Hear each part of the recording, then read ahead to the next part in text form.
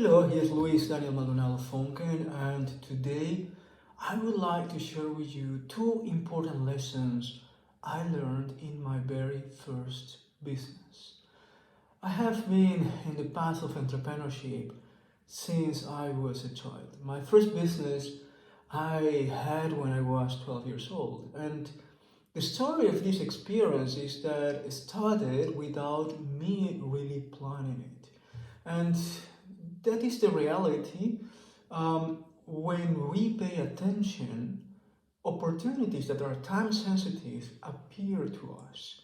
And if we participate in that opportunity, eventually we will find step by step a process that leads us to a business that is very obvious, simple, easy, and direct to develop.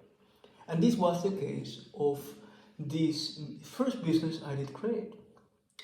The story starts when I was in school and I dedicated most of my time, as every kid in that time, to play video games at home. And I had these portable video games, and all those ones that you can carry everywhere you go. Today we have mobile phones. At that time we didn't have mobile phones, so we had these little machines that we can carry with us and play all the time. So I was having a lot of fun playing with these video games, and certainly I was obsessed and I wanted to get to the next level. So I found a way to bring them to my school. I was a good student at school, so I didn't find much of a trouble playing. Obviously not in the lessons, in between lessons, and the teachers didn't mind it. But something has happened that I didn't expect. It's obvious if I think about that right now. And it is that my friends at school start asking me if they could play with my toy. And obviously I said, yes, you can play. But then day by day I realized I'm not playing with my own toys, right? And I wanted to beat the score. I wanted to get higher in the score. I wanted to win that game. So I was feeling very disappointed, and therefore I decided to tell my friends, well, look, I really want to play with this. I feel so motivated to get to the next milestone in the game, to cross to the next environment of the game. So therefore I will not borrow it anymore. I will not give it away. But then one of my friends says, well, what do you think if I invite you to have lunch? We go to the cafeteria and then you choose whatever you want to eat and I play while you're eating. And I said, well, why not? It sounds like a nice invitation and I love to eat. So I said, okay, let's go for it. And that's how everything started. Because the next day my friend will come one more time and I say, well, I really want to play with this video game. And he said, well, instead of choosing something from the cafeteria, why not give you some coins, some money that you can do with that money whatever you want? And I say, well, it means that I will be renting the game for you. And this is how the business started.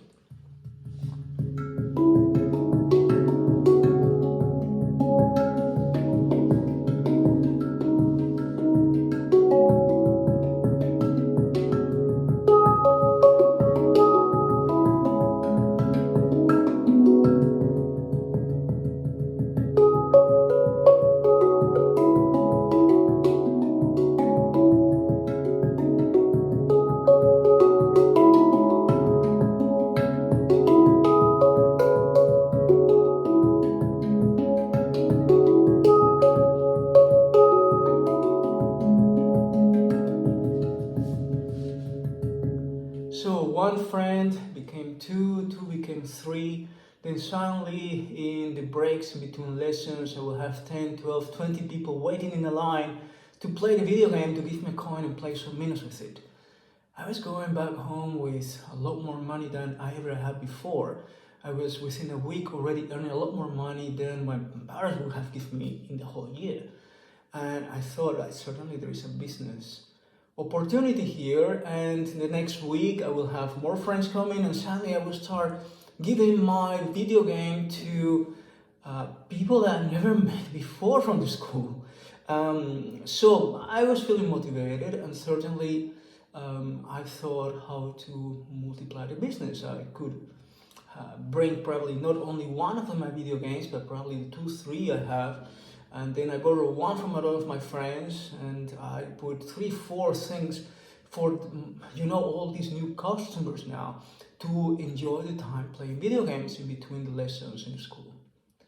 Everything was going fine, but certainly it became very obvious that I was making a business at school. So one of my main teachers warned me and said, well, it's time that you stop with this business, and at least not at school, you can play after school hours. And I thought, okay, but then where?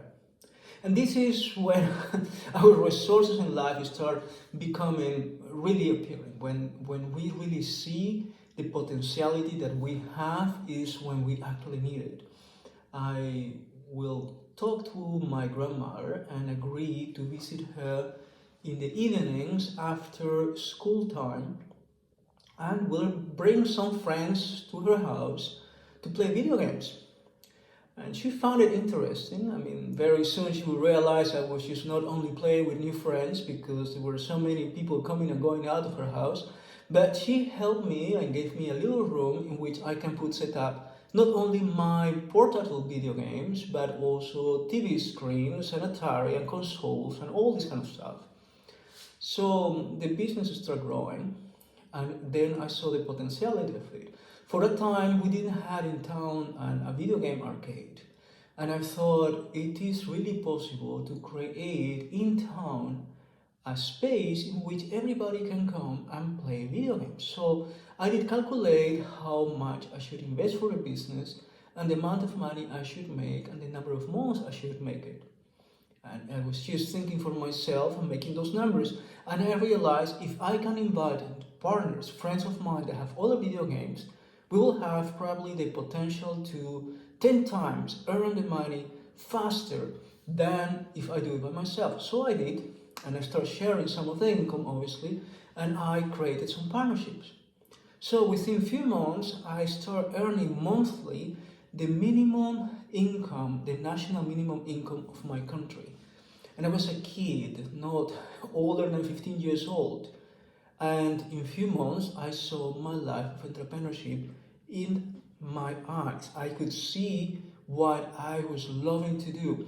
I could understand what it means to deliver a service and think through the process to make for your customers a great time, to serve them with fun, with enjoyment, with vision, with anything that they need. Yet, here come the two lessons I will learn very soon.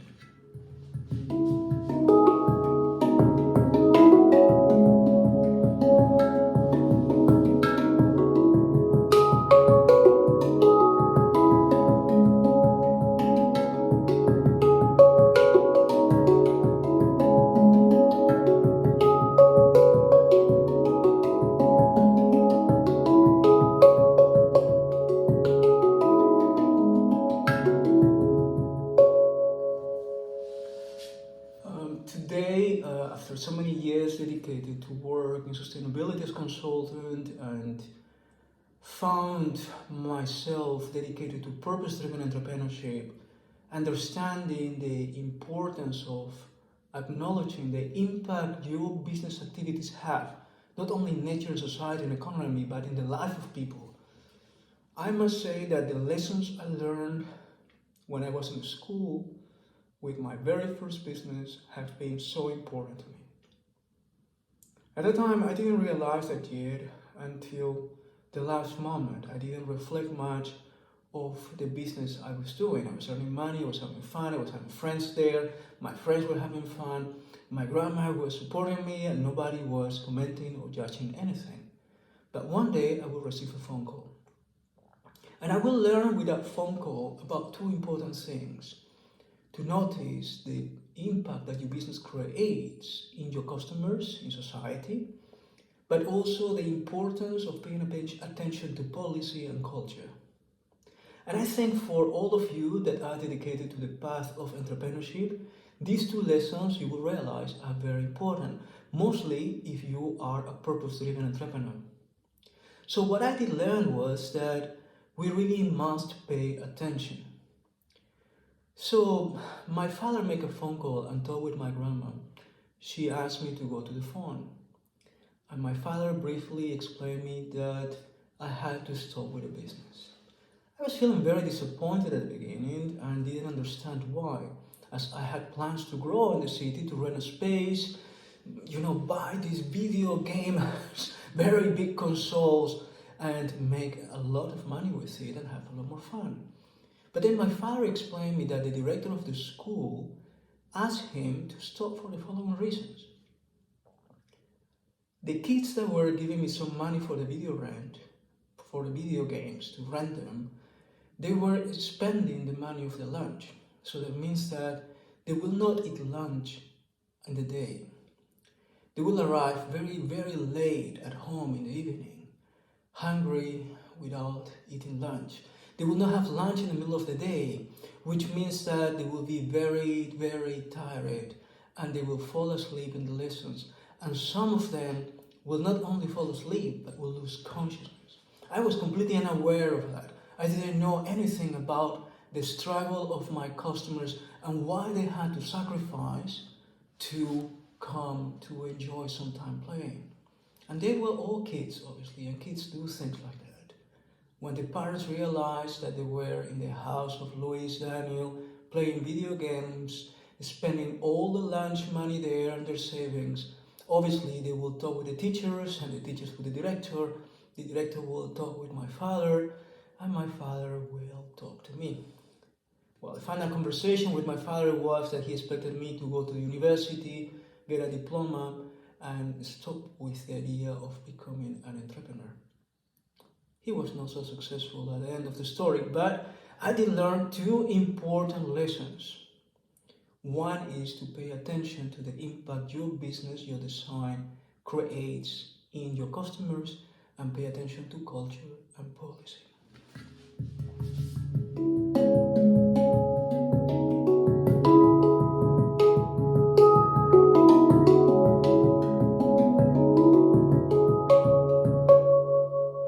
If I would talk to my child self many years ago, probably right now will be more than 35 years ago, what could I tell him?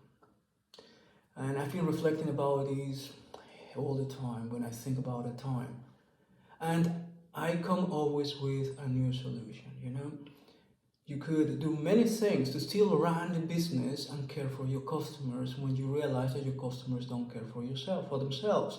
For example, to limit the number of sessions and hours and spending they do in the video games. So instead of spending all the lunch the money for the lunch, that they can spend maybe a fraction of it, 25% of it every week. Controlling, how many times they come to play, the hours they stay playing with me, how many times in the week. To make it a lot more simple for them so that in their houses, everybody will consider that they are playing, having fun, but still having a responsible behavior. And that would have created also for me a different type of relationship with my father, with the school, with the directors, with the teachers, and my business will have been perceived as a more responsible business. This is only one of the things I could have done. If you think about the story, probably you will have a lot more ideas. But the lessons of the day are that you really need to pay attention and think it through. And if you want to, you can still continue doing the business, but you need to do an effort and think outside of the box to find a path that is purpose-driven and create a positive impact in all levels of the system you work in, and also in all layers of your own business and your own life and the life of your customers. If that is possible to be done holistically, and you do a continuous effort to learn how to do it, certainly in a certain moment of time will be an automatic way to practice entrepreneurship.